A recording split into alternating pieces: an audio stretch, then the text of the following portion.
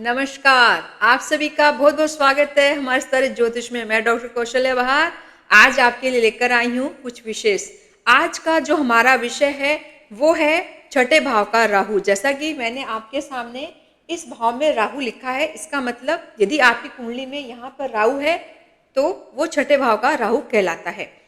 आज जानेंगे कि छठे भाव का राहु हमसे क्या चाहता है, क्या करवाना चाहता है, क्या उसकी विशेष प्रभाव है हमारे जीवन में। क्योंकि छठा भाव देखिए रोग, रिपु और ऋण के लिए जाना जाता है। मतलब छठे भाव से हम रोगों का पता लगाते हैं, हमारा लोन कितना है, क्या हम कोई लोन ले चुके हैं तो क्या हम चुकता कर पाएंगे, कौन है हमारे शत्रु, या कहें तो किस तरह के रोग हमें हो सकते हैं, कहीं जीवन में हम जूझने वाले हैं या किन्हीं चीज़ों से हमें परेशानियां होने वाली है।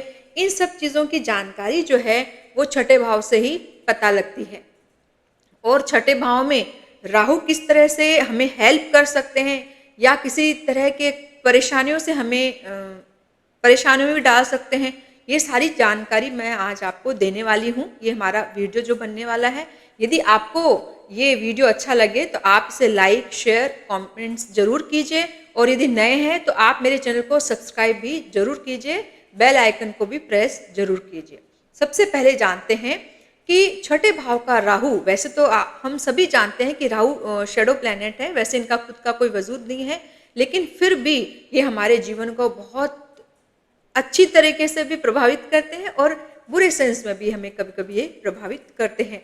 तो राहु का अपना एक वजूद है। और छठा घर जो है वो क्रूर त्रिक भाव होता है। 6, 8, 12 भाव जो त्रिक भाव होते हैं, तो त्रिक भाव में वैसे तो देखिए क्रूर या पापी ग्रह जब होते हैं तो वो ज्यादा अपना अच्छा प्रभाव देते हैं।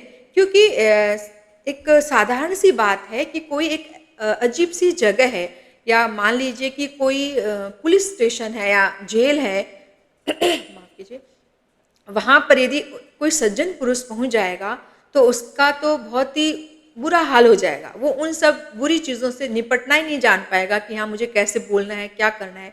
लेकिन यदि वहां पर कोई क्रूर या कोई ऐसा व्यक्ति पहुंच जाए जो जिसे गलत कार्य करने की आदत होती है, तो वो इजीली हैंडल कर पाता है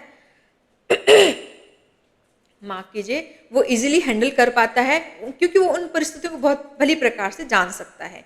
तो छठे भाव में जो शुभ ग्रह होते हैं वो अपनी शुभता को खो देते हैं, वो अपना परचम वहां पे लहरा नहीं पाते, क्योंकि उनके पास वो क्वालिटी होती नहीं, उन सब चीजों से लड़ने की क्वालिटी नहीं होती है।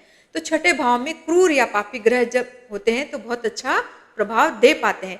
और इन्हीं की लिस्ट में राहु होते हैं, क्योंकि राहु एक पापी ग्रह होते हैं। तो छठे भाव में वो ज्यादा उछाल मारते हैं, या कह सकते हैं कि वहां पर वो अपना बहुत अच्छा परचम लहरा सकते हैं, डटकर मुकाबला करने की ताकत उनमें जरूर होती है। क्योंकि राहु जो है वो शनिवत होते हैं, तो शनि भी छठे भाव में अच्छा ही रिजल्ट देते हैं। तो राहु जो है शनि की तरह अपना कार्य जरूर कर पाते हैं। छठा भाव क्या है? छठा भाव एक जीवन का ऐसा क्षेत्र है जो जीवन का एक ऐसा परिदृश्य हमारे सामने प्रस्तुत करता है, जहाँ पर परेशानियां होती हैं हमें, जहाँ पर हमें रोगों से लड़ना पड़ता है, रोगों के लिए परेशान होना पड़ता है, रोगों के ऊपर व्यय भी होता है। और यदि हमने ऋण ले लिया है, लोन ले लिया है, कर्ज ले लिया है, तो उस चिंता से हमें रात भर नींद नहीं आती है कि ये लोन हम किस तरह से पटा पाएंगे, लोन किस तरह से चुका पाएंगे।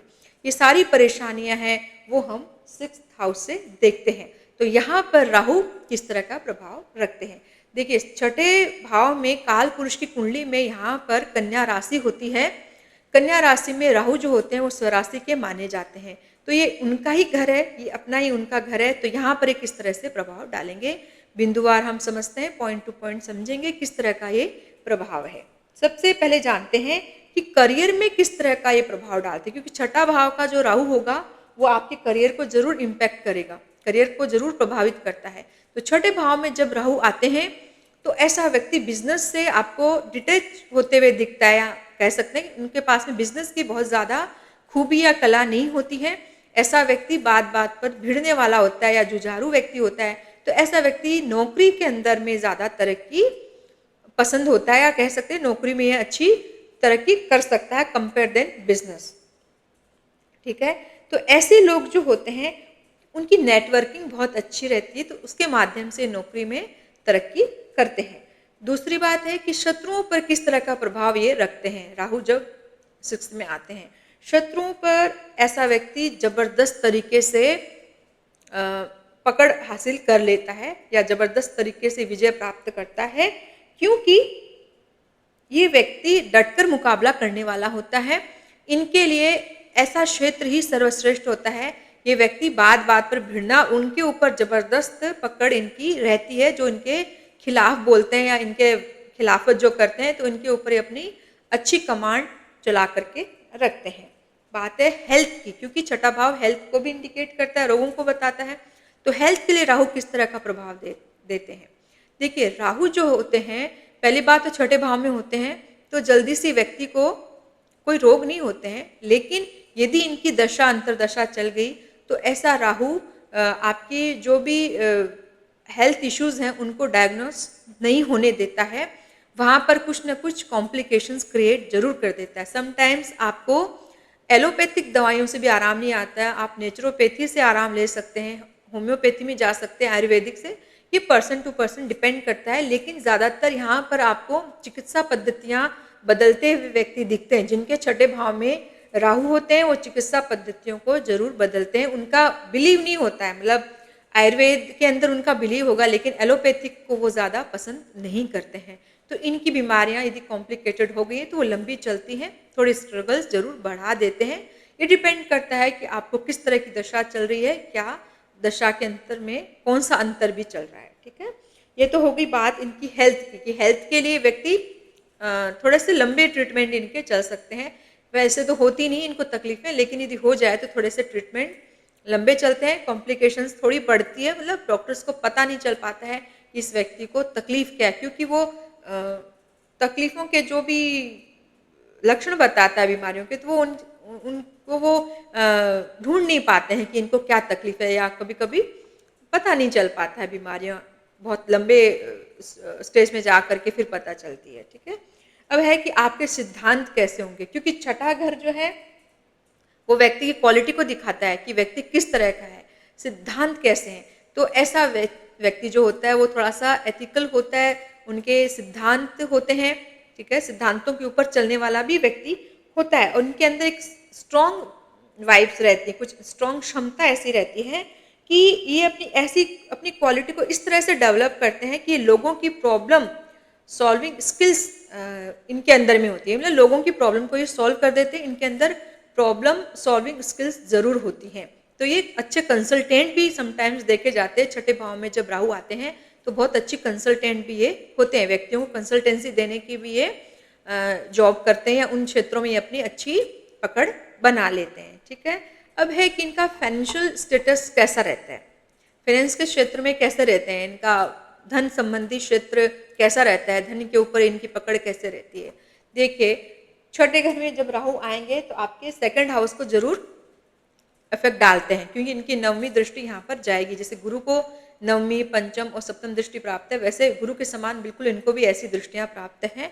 तो सेकंड हाउस को इफेक्ट करते हैं, तो ये आपके धन को संचित नहीं होने देते। ठीक है, धन के लिए हम चंद्रमा और कभी कभी गुरु को भी देखते हैं। तो चंद्रमा के साथ इनकी भरपूर शत्रुता है, तो यहाँ पर ये मनी का फ्लो बढ़ा देते हैं, मतलब संचित नहीं होने देते हैं, आपके रिजर्व नहीं होने देंगे, आपके पैसों को इकट्ठा नहीं होने देंगे। वहाँ पर ये कंटिन्यूटी में फ्लो बढ़ा देते हैं। वजह क्या है, कारण क्या है कि क्योंकि छठे भाव में जब राहु आएंगे तो व्यक्ति पंगा लेता है, कभी कभी आपके वकीलों से भी पाला पड़ जाता है, उनके ऊपर भी आपको मनी स्पेंड करना पड़ रहा है, कोई लिटिगेशन चल रहा है, कोई केसेस आदि में भी आप इन्वॉल्व हो सकते हैं। तो वहां पर आपके बेवजह खर्चे हो जाते हैं, क्योंकि छठे भाव का राहु कभी भी शुभ कार्यों में खर्चा ज्यादा मात्रा में नहीं होने देता है। वो गलत कार्यों, गलत इन द सेंस की कहीं ना कहीं आपको कोर्ट केसेस आदि में लगा देता है, और वहां पर पैसे कब कैसे खर्च होते हैं वो लंबा कार्यक्रम इनका चलने लगता है। तो फाइनेंशियल स्टेटस कहें तो यहाँ पर थोड़ा सा वीक होते हुए अक्सर देखा जाता है। ठीक है, ये तो एक मतलब ओवरऑल आपको बात बता रही हूँ, बाकी पूरी आपकी कुंडली की स्थिति पर निर्भर करता है कि आपका फाइनेंशियल स्टेटस कैसा है। ठीक है, क्योंकि ये रोगों का घर भी है। ठीक है, तो यहाँ पर आपकी मानसिक स्थिति कैसी रहती है। यदि छठे भाव में राहु है तो आप शंकालु किस्म के व्यक्ति हो सकते हैं, मतलब डाउट करने का नेचर हो सकता है। शर्त यहाँ पर यह है कि आपकी चंद्रमा की स्थिति देखी जाए कि चंद्रमा आपका कैसा है। यदि छठे घर में राहु है और अष्टम भाव में यहाँ पर यदि चंद्रमा आ जाते हैं तो ऐसा व्यक्ति डाउट नेचर का रहता है, मतलब डाउट करने वाला रहता है। कोई भी हम संबंध बनाते हैं, अपने कोई बिजनेस रिलेशनशिप भी बनाने जा रहे हैं, किसी व्यक्ति से हम मिल रहे हैं, तो वहां पर सबसे पहले ऐसा व्यक्ति डाउट करता है, शंका की दृष्टि से सामने वाले व्यक्ति को देखता है। और यदि यहाँ पर ज्यादा पाप प्रभाव में हो तो ऐसे व्यक्ति को मानसिक तकलीफें भी होते हुए जरूर देखी जाती है। दूसरी बात यह है कि यदि छठे भाव में माफ कीजिए राहु है, उनके साथ में यदि चंद्रमा की युति हो जाती इस भाव में, तो भी व्यक्ति को मानसिक तौर पर तकलीफें होती है। ऐसा व्यक्ति डरपोक किस्म का कह सकते हैं, या उनमें आत्मविश्वास की भी कमी देखी जाती है।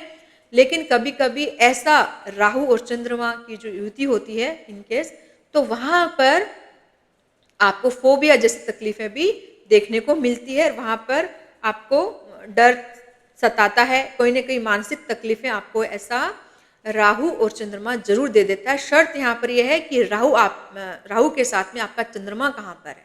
सिर्फ राहु यदि छठे भाव में आ गया तो कोई जरूरी नहीं है आपको ऐसी तकलीफें हों, लेकिन चंद्रमा यदि इन भावों में आ जाते हैं तभी भी आपको ये तकलीफें जरूर हो सकती है। ठीक है, तो चंद्रमा की स्थिति पर निर्भर करता है। आखिरी बात है कि लीगल इश्यूज कैसे रहते हैं इनके, क्योंकि छठा घर लीगल इश्यूज को दिखाता है। यहाँ पर राहु किस तरह से इन सब चीजों को हैंडल करता है। यदि लीगल इश्यूज हो रहे हैं, यदि आपको राहु की दशा चल रही है, आप किसी कोर्ट केस आदि में पड़ गए, आपको के ऊपर किसी ने केस लगा दिया, आपने लगा दिए हैं, तो यहाँ पर ये थोड़ा सा लंबा जरूर चलता है, लेकिन आप बहुत ज्यादा डटकर मुकाबला कर लेते हैं। आपके अंदर जीत की एक शानदार एक विचार रहते हैं या सोच रहती है कि मैं जीतना तो मुझे जरूर है। तो छठे भाव का राहु आपको लीगल केसेस में डालता है, लेकिन वहां से आपको बचाकर निकालता भी है, और विजय भी आपको छठे भाव का राहु जरूर करवाता है। तो लीगल इश्यूज में पढ़ने की आवश्यकता नहीं होती है, ना पढ़े तो बहुत अच्छा है, क्योंकि जब पढ़ते हैं तो कहीं ना कहीं आपके सेकंड हाउस को ये छठा भाव का राहु जरूर प्रभावित करेगा। तो रोग, रिपु, ऋण, इन तीन चीजों के ऊपर ये राहु किस तरह का प्रभाव डाल रहा है, इसके ऊपर मैंने ये छोटा सा एक वीडियो बनाया है।